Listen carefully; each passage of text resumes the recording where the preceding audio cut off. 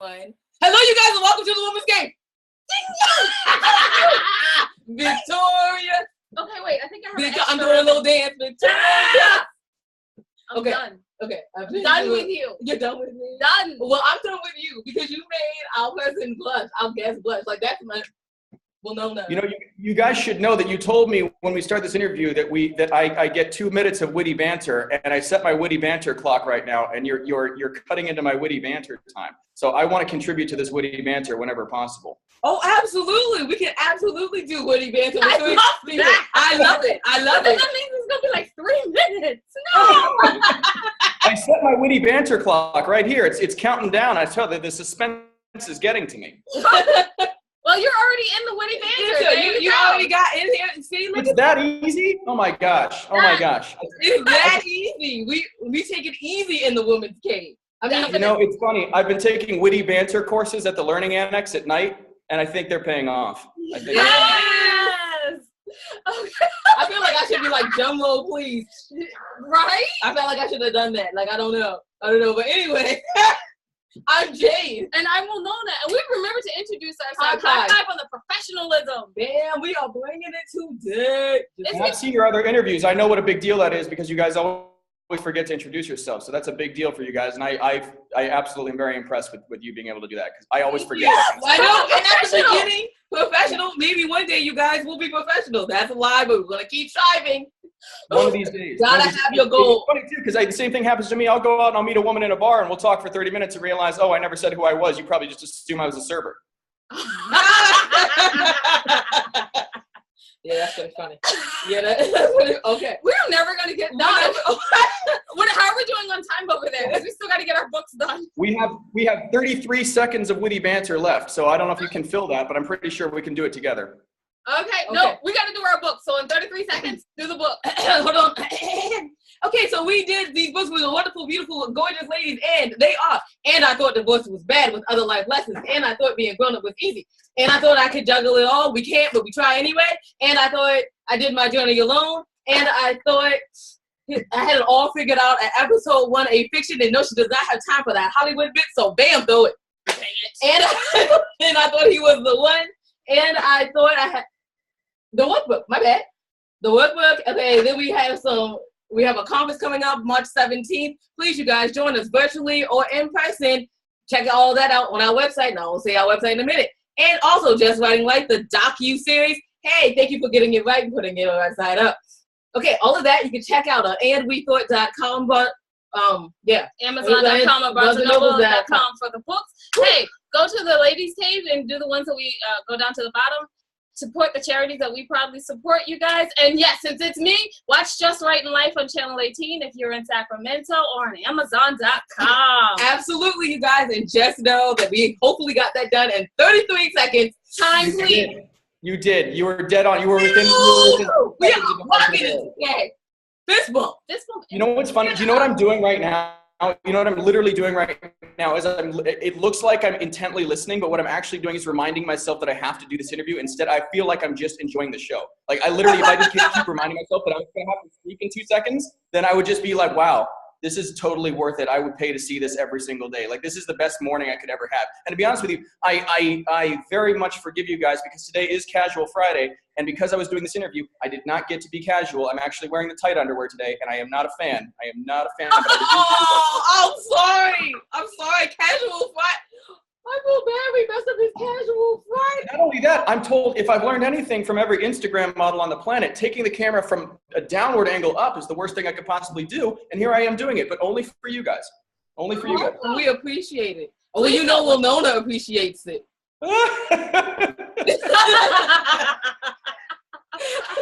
But you got the actual interview. Right, there you go. I was getting there. Right. I was making the professionalism of round. Okay, here we go. Let's bring it back down. You guys are here to hear about us. You're here to hear about our wonderful guests. Would you like to introduce yourself?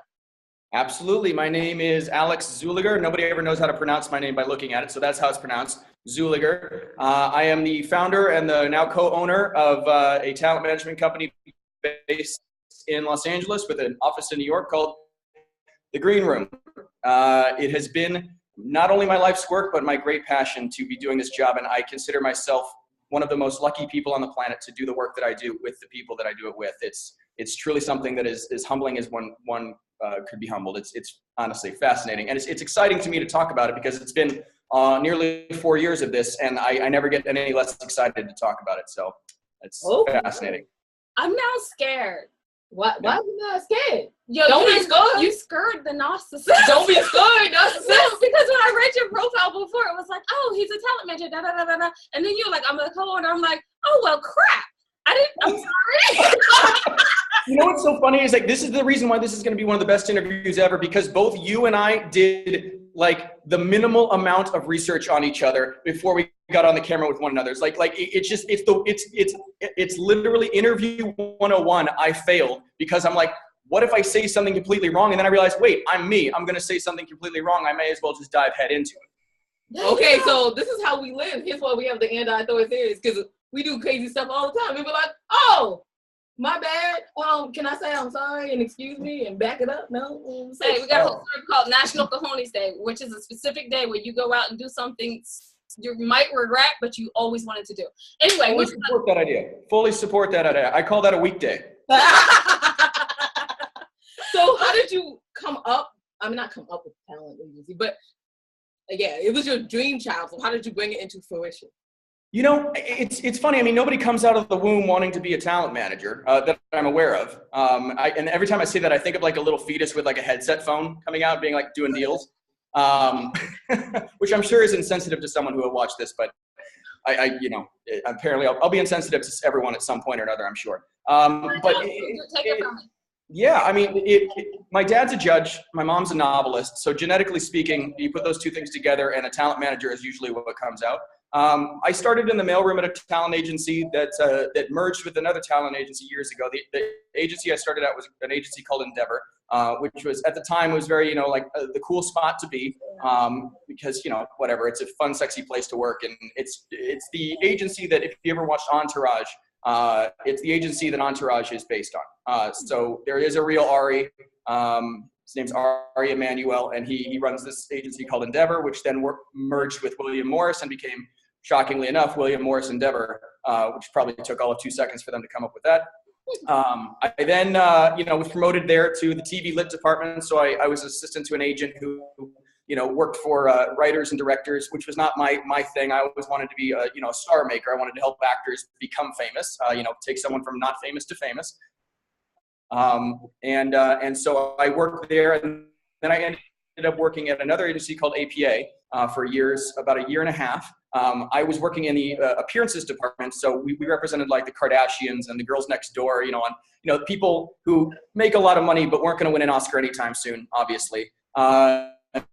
Which reminded me that those were the kinds of folks that I could appreciate that kind of business, but they weren't going to be the kind of actors I wanted to represent. I wanted the people that were, the out left field successes, the people that you never saw coming, who because of that became far more memorable. And after that, I ended up working for Shia LaBeouf's manager as a junior manager, a gentleman named John Crosby, who's been in the business a long, long time. And then as it came up to my 30th birthday, I wanted my own company by the time I was 30. I had only 6 months left. And I'm like, hey, you know what I don't have? Company and some credit card debt. So I bet I could solve both of those problems by opening my company. So I came to the office I'm sitting in right now, actually, a little over 3.5 years ago, and slapped the credit card down. And now I got a wonderful company with wonderful managers and a whole bunch of United miles, which is great. Nice. Yes. Okay, first of all, we appreciate the United Miles. We appreciate that. Because we have been stuck home for 10 weeks. Yep. For 2 years, we've been on tour. So this is the first 10 weeks that we're not. So we're like, yo, we appreciate you. Anyone who travels right now. If you come on our show and go, you travel, we're so jealous. Well, the thing about it is, growing up, my dad used to just be so excited about his Hilton honors points and his United miles. And when you're a kid and you don't pay for anything, you don't appreciate that. But then once you start becoming the adult, you're like, I get it. I value that better parking space at the Hilton, and I get a free bottle of water when I check in. I'll take it. Very exciting times. We're Hilton honors members too. We love it. Favorite is the end of the weeks, though. So now we can sell this whole interview to Hilton, and we'll get some back. We'll go some back end deal. I'm with that. I'm totally with it. I'm totally with it. He's a manager, so he would know how to do that. He would. So anyway, that's the story of how it came about. Okay. And now, you know, sorry, what was that? Go ahead. You're more important than me. I know. You own half of a business. People are here for you. Oh, Lord. Oh, Lord. As soon as you post this, you saying that, people are going to cut that out, and it's going to be race war.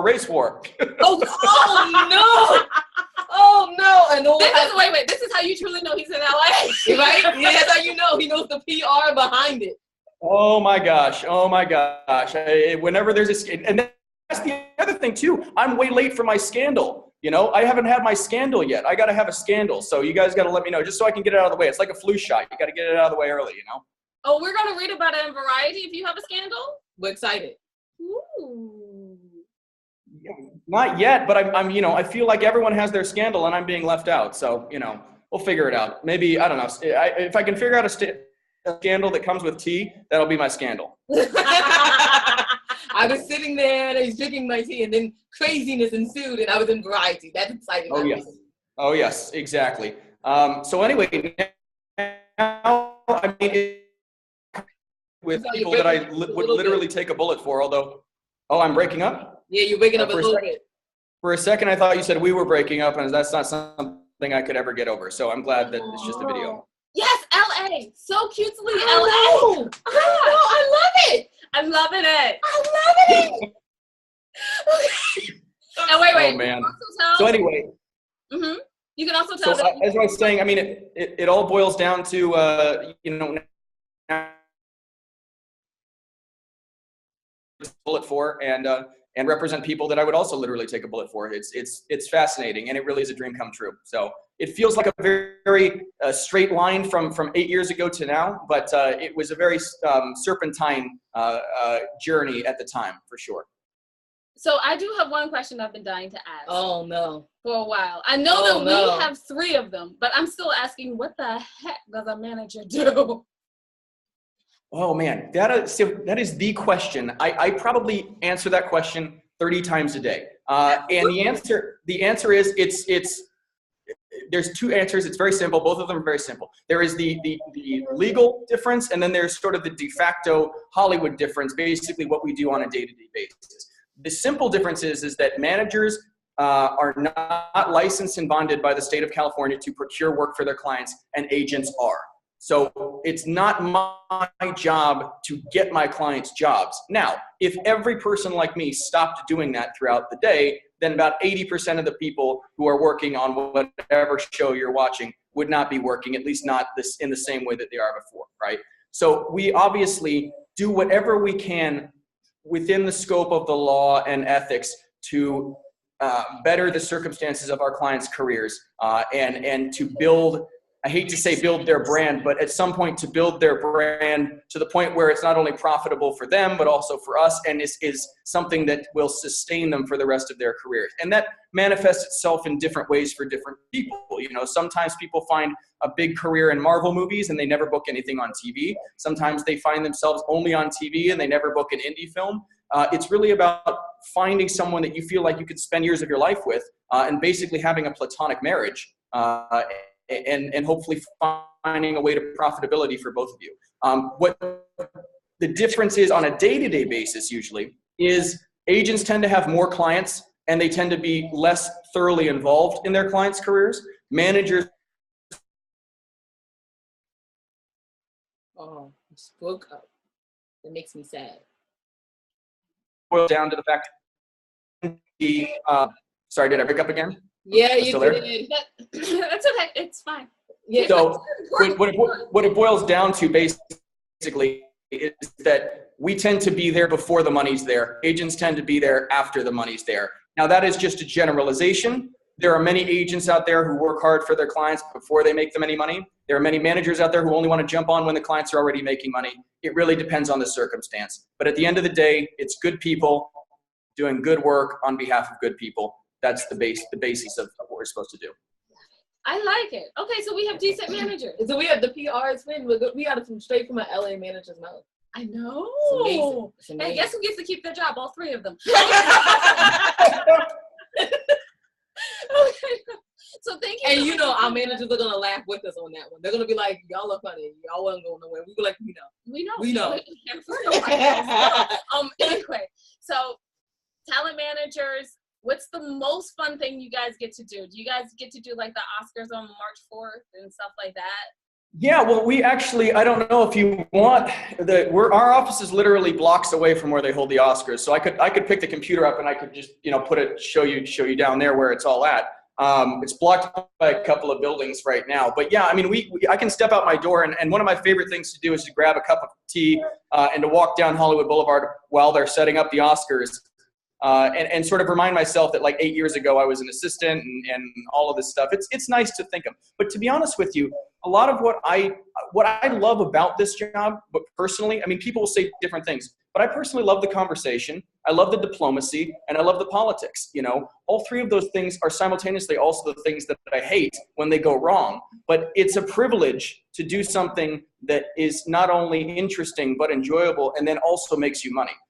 Those things, most people don't get a chance to do those kinds of things in their life. So even when there's a crappy Hollywood day where someone does something wrong, you wake up the next day and realize you get to have interesting conversations with interesting people. And it's a pretty amazing life. It's very, I think, bottom line is it would be arrogant of me to feel like the world owed me anything at this point, including in my job.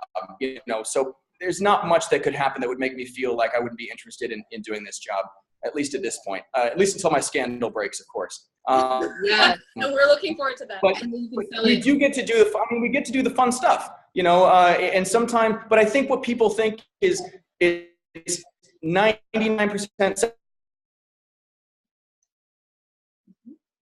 Waking up though. 9% off the stuff, and then you get to go to a fun party. Right. It's good fun.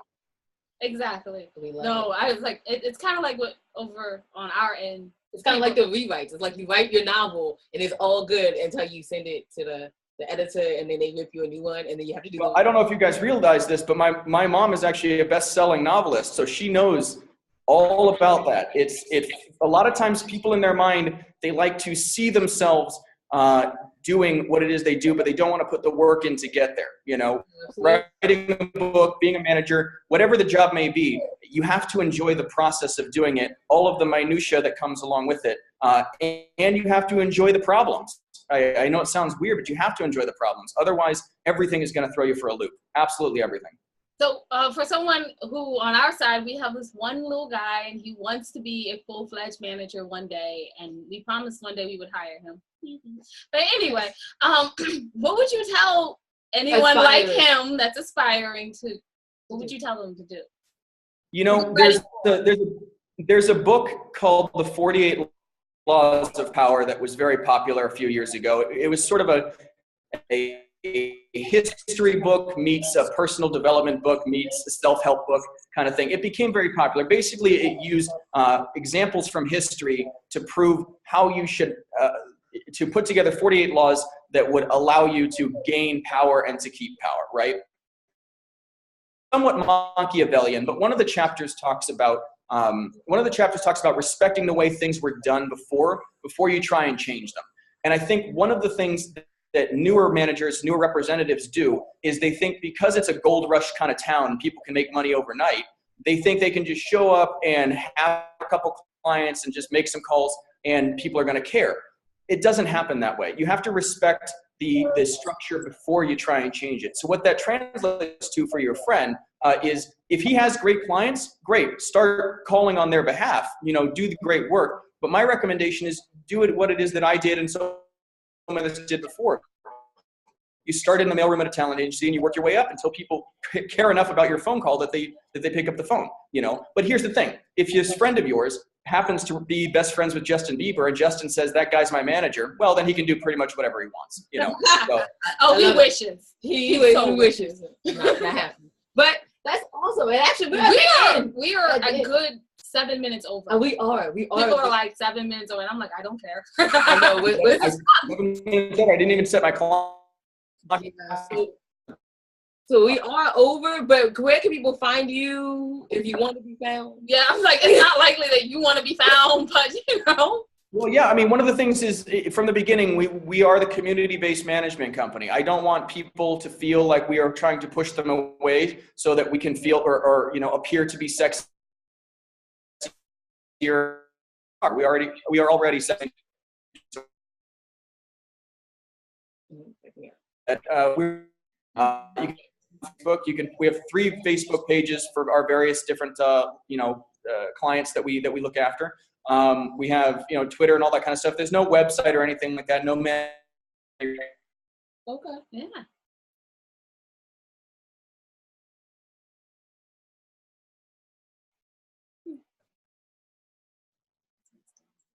Yep. Oh, that was a long pause. Did I lose you? Yeah, a little bit. A little bit. I'm feeling horrible. I was like, dude, we should have done this in person. Well, you're welcome anytime. Like 2 weeks. We're in LA in 2 weeks, but it's only for 24 hours. But anyway, I was like, shoot, we should have just done it in person. Come on into the office. We got plenty of space here. Absolutely. We just scrap this one and we'll do another one. I'll wear the same shirt. We don't have to scrap this one. People are gonna really enjoy this. Trust and believe me, they are. I enjoy it. So that's what I'm gonna say. I had an absolute blast. That's what I'm gonna say. You guys out there, please love it also. And now we're at the end of our show. I guess we have to wrap it on up. Just remember, I'm Jade. And I'm Wilnona. And you can find out everything that your ladies are doing at the Ladies Cave. The Ladies Cave. Wow. You're just gonna plug somebody else's podcast today? Granted. Therefore, watch that. Scratch. What's in that file? Womancave.com and wethought.com. And just remember, you guys, that wisdom is all around you if you're open to finding it and accepting it. So peace and love, you guys, from Wilnona with the 2 nails that are going to get done at the shop today. And Jade. Bye-bye. Bye, guys.